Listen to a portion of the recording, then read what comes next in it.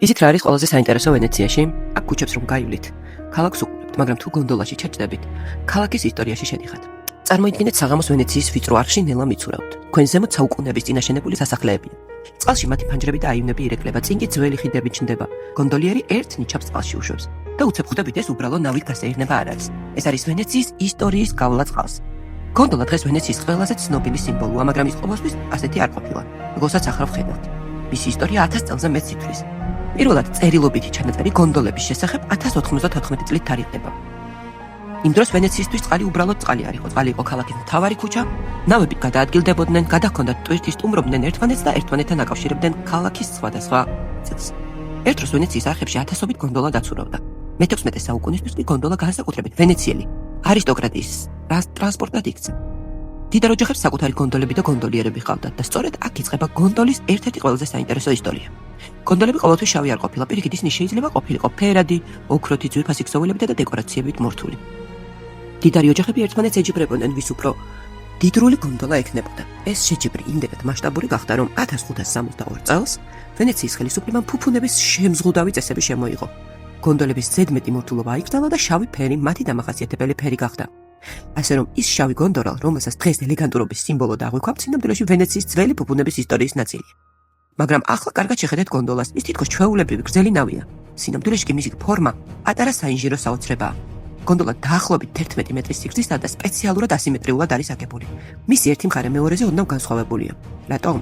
იმიტომ რომ გონდოლიერი ერთ მხარეს დგას და ნავს მხოლოდ ერთი ნიჩბით მართავს. ასიმეტრიული ფორმა ნიჩბის ძალას აბალანსებს და გონდოლას საშუალებას აძლევს პირდაპირ იმოძრაოს, შემოტრიალდეს და ვენეციის უკიდურესად ვიწრო არხებში მანევრირება შეძლოს. გონდოლას ყელებს კერიც, რადგან არაღრმა ლაგუნაში თავისუფლად გადაადგილდეს და ეს ყველაფერი შემთხვევით არ შექმნილა. ეს არის საუკუნეების განმავლობაში დაგროვილი გამოცდილება. გონდოლას დამზადება დღემდე ხელოვნებად ითვლება. ერთი გონდოლა შეიძლება დაახლოებით 280 სხვადასხვა ხის ნაწილისგან შეიქმნას. იყენებენ მუხას, თელას, კაკალს, ცაცხვს, ალუბალს, მაღაგოს და სხვა სახეობებს. ზოგი ხე სიმტკიცისთვის საჭირო, ზოგი მოქნილობისთვის, ზოგი სიმსუქისთვის და თითოეული დეტალი ხელით უნდა მოერგოს ერთმანეთს. გონდოლის შექმნას დაახლოებით 2-3 თვე, ან მეტი შეიძლება დასჭირდეს. ამ ნავების ოსტატებს სკუარელები ეწოდებათ, ხოლო სახელოსნო სკუერო. ვენეციაში ასეთი ტრადიციული სახელოსნოები დღეს სულ რამდენიმეა დარჩენილი. მათ შორის ერთ-ერთი ყველაზე ცნობილი ტრამონტინის საოჯახო სახელოსნოა, რომლის ისტორია 1884 წელს იწყება. აქ გონდოლების დამზადების ტრადიცია თაობიდან თაობას გადაეცემა და კიდევ უფრო საინტერესოა ის, რომ გონდოლა შეიძლება კონკრეტულ გონდოლიერზეც იყოს მორგებული, მის სიმაღლეზე, წონასა და მართვის სტილზე. ახლა კი გონდოლიერის ერთ-ერთი ყველაზე პატარა, მაგრამ ყველაზე მნიშვნელოვან დეტალს დავაკვირდეთ, ნიჩბის ხის საყრდენს. მას ფორკოლა ეწოდება. ერთი შეხედვით პატარა დეტალია, მაგრამ სწორედ ის ეხმარება გონდოლიერის ნავის მართვაში. მის სხვადასხვა პოზიციას იყენებს წინ წასასვლელად და სამუხრუჭებლად, უკან დასახელად და სწრაფად მარცხნივ ან მარჯვნივ მოსახვევად. და აქ არის საოცარი ტრადიცია. გონდოლიერმა შეიძლება თავის გონდოლა შეცვალოს, მაგრამ ძველი ფორკოლა შეინარჩუნოს, რადგან ის უკვე მისი ხელის გაგრძელებაა. გონდოლას წინა ნაწილშიც არის ცნობილი დეტალი, დიდი ვერცხლისფერი სავარცხელი. მის 6 კბილს ტრადიციულად ვენეციის 6 ისტორიულ რაიონს სესტიერს უკავშირებენ. ანუ გონდოლაზე თითქმის არაფერი არის უბრალოდ დეკორაცია. თითოეულ დეტალს თავის ისტორია აქვს და ამ ყველაფრის უკან დგას გონდოლიერი. ადრე ეს პროფესია ხშირად მამი და შვილზე გადაეცემოდა, დღეს კი გონდოლიერად გახდომა სერიოზულ მომზადებასა და გამოცდას მოითხოვს. მომავალმა გონდოლიერებმა უნდა იცოდნენ ნავიგაცია, ვენეციის ისტორია, კომუნიკაცია და უცხოენები, ასევე ადამიანების გადარჩენისა და პირველადი დახმარების ტექნიკები. ის უბრალოდ ნავის მძღოლი არ არის. ის არის მეზღვაური გიდი, ვენეციის ცოცხალი ტრადიციის მცველი. როცა გონდოლაში შეხედხართ, ქალაქს მთლიანად ხედავთ, სასახლეები, პატარა აივნები, ძველი ხიდები, რჩება მხოლოდ წყალი, ქვა, სინათლე და ისტორია.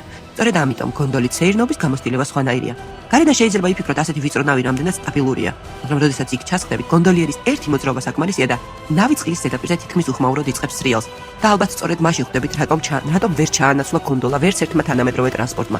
დღეს ვენეციაში წყლის ავტობუსები და მოტორიანი ნავები ყოველდღიურ ცხოვრებას ემსახურება. გონდოლა კი დარჩა იქ, სადაც ყველაზე მნიშვნელოვანია ვენეციის კულტურაში. ახალი გონდოლის წყალში პირველად ჩაშვებაც კი პატარა ცერემონიაა. მას აკურთხებენ ლოცვას, უკითხავენ და წარმატების ნიშნად შამპანურის ბოთლსაც ამტვრევენ. ხშირად ახალ გონდოლაში ძველი დეტალიც გადადის, ძველი სავარძელი, ოჯახის სიმბოლო ან გონდოლიერის ძველი ფორკოლა. ეს თითქოს წარსულისა და მომავლის ერთმანეთთან დაკავშირებაა და სწორედ ამიტომ, როცა ვენეციაში გონდოლას დაინახავთ, მხოლოდ ლამაზ შავ ნავს ნუ შეხედავთ. შეხედეს მის ფორმას, მის ხეს, მის ფერს. გონდოლიერის მოძრაობას, წყალში არ ეკლის შენობებს, რადგან თქვენ წინ უბრალოდ ნავი არ მიცურავს. თქვენ წინ 1000-ზე მეტი წლის ისტორია მოძრაობს. ვენეციის ისტორია, რომელიც ოდესღაც ქალაქის მთავარი ტრანსპორტი იყო. შემდეგ არისტოკრატიის სიმდიდრის სიმბოლო გახდა, შემდეგ კი ქალაქის ყველაზე ცნობილი კულტურული ნიშანი გახდა. და ალბათ სწორედ ეს არის გონდოლის ნამდვილი მაგია. ვენეციის ნახვა შეგიძლიათ ფეხით, მაგრამ ვენეციის შეგრძნება წყლიდან უნდა სცადოთ, რადგან გონდოლა უბრალო ნავი არ არის. გონდოლა არის ვენეცია, რომელიც დღემდე მოძრაობს.